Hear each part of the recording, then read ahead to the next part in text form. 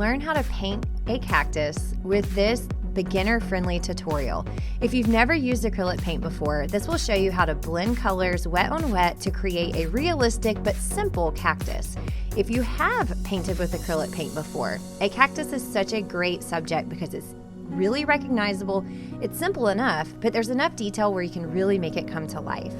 I'll start by teaching you how to blend a background using a variety of colors. Then I'll show you how to blend wet on wet a cactus, mixing your own green. And I'll also show you how to sketch out your cactus before you start painting. Flowers are optional, but I'll show you how to do it. If you love learning about art, don't forget to hit that subscribe button so you never miss an art tutorial. I'm using a large flat brush because I'm covering up a ton of paper and I'm dipping it just slightly in water. You don't want it to be too wet. Then you're going to take your brush and you're going to paint your first color across the top. I'm going for a red to yellow transition, kind of like a sunset, so I'm mixing pink directly into it. This is called wet on wet. And all that means is that you're mixing two colors of wet paint together on the paper and not mixing it in your palette. All of my colors are pre-mixed. I'm not making my orange or my pink, but you could certainly mix it in your palette first.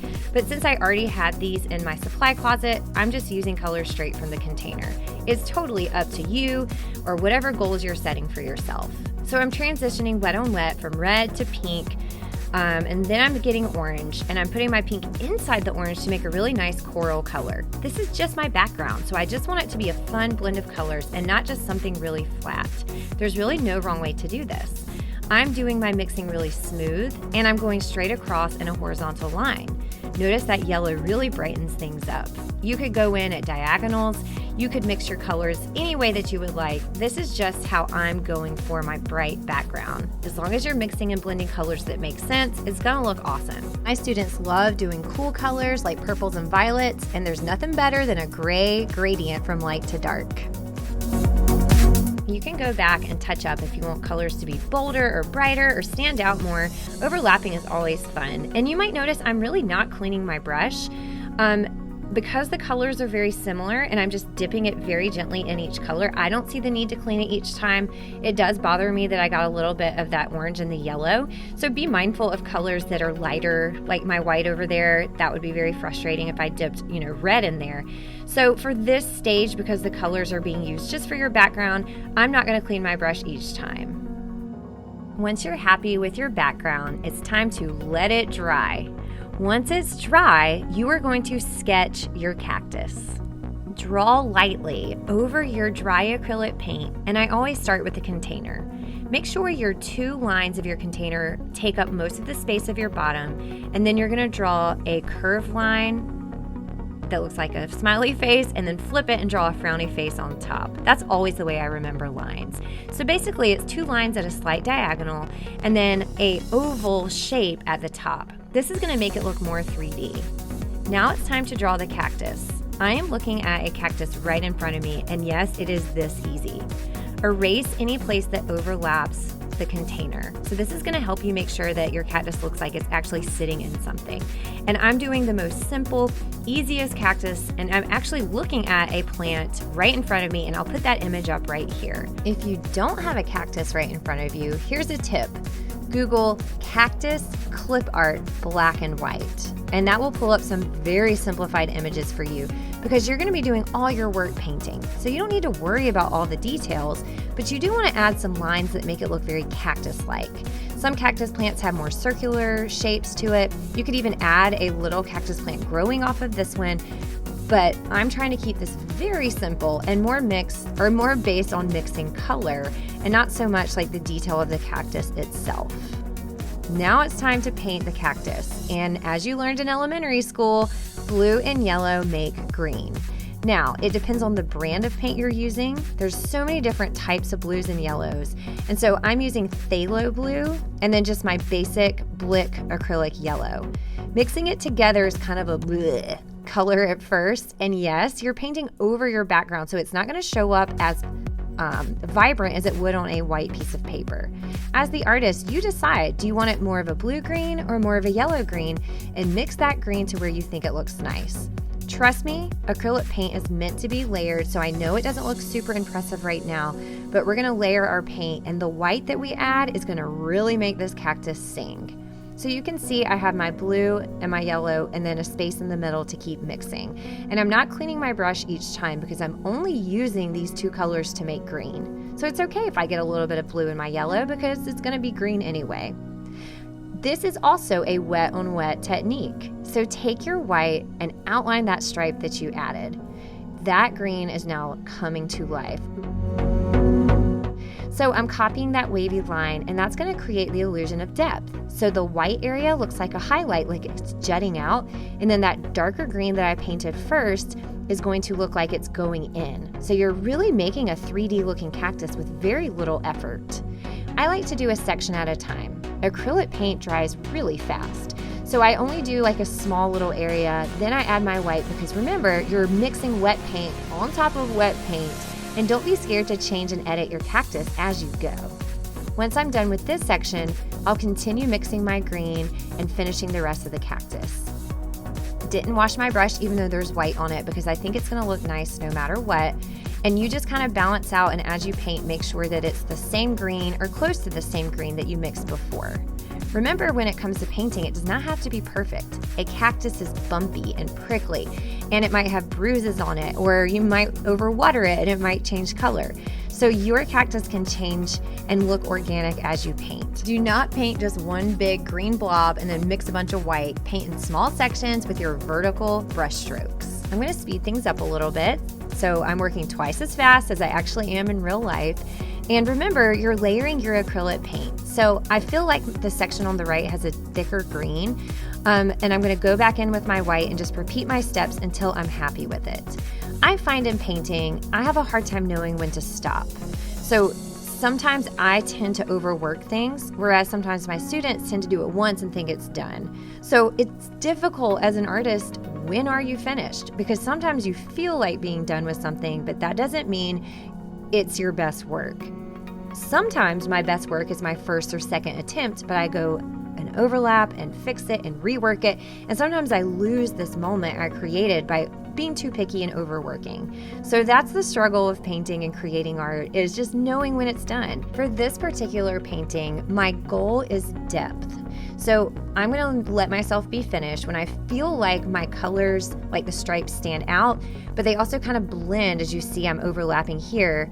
So it looks natural and not just like a green pickle that I drew white lines on. So that's gonna be my goal, is for it to truly look cactus-like with these areas that stick out and these recesses or these like areas that go in. So that's when I'm gonna be happy, is when I feel like each section has that effect.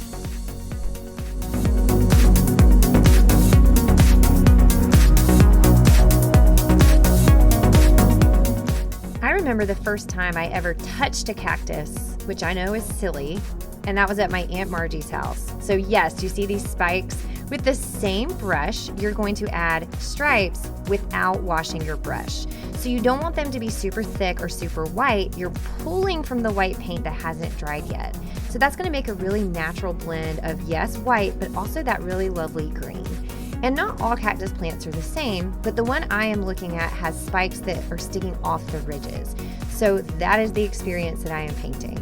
If you've never touched a cactus plant, I don't recommend it, but I'm sure at some point in your life you just won't be able to resist it, and you'll have to touch and feel for yourself.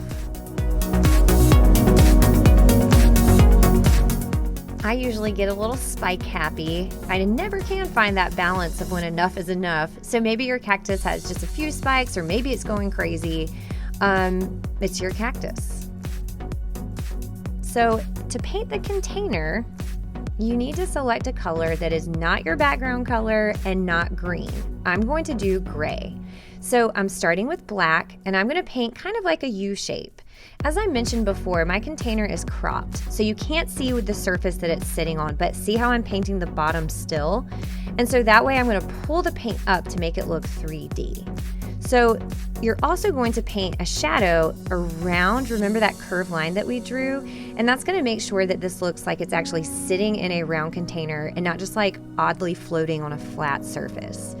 This time I am gonna clean my brush, because you're going to take white paint and you're gonna pull into that base color, which for me is black, and you're going to paint in a rounded motion like a U shape. So it depends on how round you want your container to look. But you always want to paint form, which is three-dimensional shape, using the brush strokes that would mimic the shape you're trying to create. So if I go straight across, it's going to look straight across, which is going to look flat. So do you see that like U smiley face brush stroke pattern I'm doing? I'm going to repeat that over and over again. So with the container, to make it look 3D, it's dark on the edges and the bottom, like the line is shining right in the middle. So I'm going to keep applying white paint. Everything we're doing in this painting is wet on wet. So I'm doing all of my blending on the container itself. That can be a little bit stressful. My students always say, well, you made that look easy.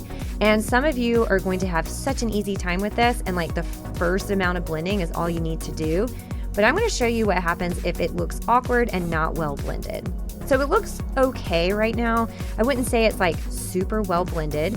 So if you feel that way about your container and it just doesn't look 3D, you're basically going to clean your brush and then try and pick up that first color with a clean brush and blend it into the white.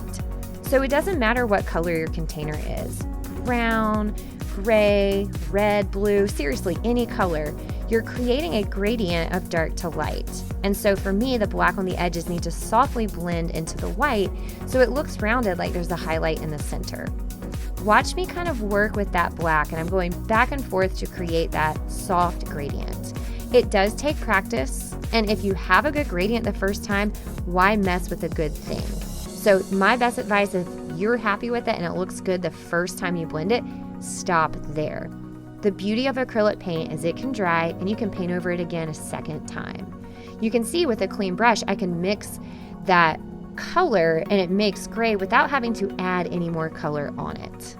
I'm going to speed things up as I obsessively blend. As you can see, I added more wet white paint on top of my gray, and you can see the blending problem that creates. Now, because it's dried a little bit in the background, the white just really stands out. That's when you use that clean brush, so you're not adding more white paint, you're using the brush to blend it into the existing gray areas. You can obsessively do this until you're happy, and you can go back to your black, and you always want to create a little bit of a shadow around the corner. So think about like where the pot would be, the container your cactus plant is sitting in. I'm making mine to where you can't see the dirt inside. And really the only reason is simplicity. So that's just one more thing to paint. And because this is geared towards, more beginners, I felt like taking that element out would just kind of keep things simple. Then you could focus on more of a realistic container and realistic cactus plant. You could do this larger, where you have multiple cactus plants sitting inside a container and you could see rocks and pebbles. Is totally up to you. So I feel like my painting is close to finished. I'm very happy with how the cactus looks, and I really do like the container, and that background, I'm obsessed. But it feels a little plain. So I'm going to mix a purple, which is my blue and my red, and I'm going to put a flower on my cactus plant. Now, unfortunately, the cactus plant I was looking at didn't have a flower, and the one that does, it's so obviously a fake flower, but that's okay. So I picked purple because I thought it would stand out against my background. I contemplated doing pink, but I was worried that it wouldn't stand out even with adding white. So I'm just mixing up a purple violet, and it looks really dark, but stay with me. All right, look at my brush strokes. I'm going to paint little stripy petals. If this stresses you out, feel free to sketch it out first. But I like to do it freeform because, again, we're mixing same technique as we have been doing this whole painting, wet on wet, and so it's making a lighter lavender purple color on top. Couldn't help it. Couldn't resist. I'm gonna add some pink because I think it ties together my background, and I liked that purple, but I did want it a little bit more brighter and a little bit more dynamic. I'm not quite happy with it yet, so I'm gonna add some white to really give it depth. See how the white just makes it look like it's popping forward? So my advice is to find a section that you want to look like it's in front and then paint that more white. Okay, let's talk container decoration. Here's my advice. If you're going to add decoration into the container, look at the shape. Okay, do you see that rounded line I drew? If you do a painting that goes straight across, it's going to look flat. So if you're gonna add stripes or polka dots, think about the form, the 3D shape of the container, and it needs to follow that curved line that you've been following. Here's another piece of advice. If the container is one of the best parts of your painting, keep it plain. I have often regretted adding details to a container when I did such a beautiful gradient and I made it look so round. You can see I'm making a little bit more white in the center to make it look 3D. So I added some stripes. I think I'll go in and add a little bit of polka dots just to give it a little bit more emphasis. But again, keep it simple, and if your container's amazing, why mess with it?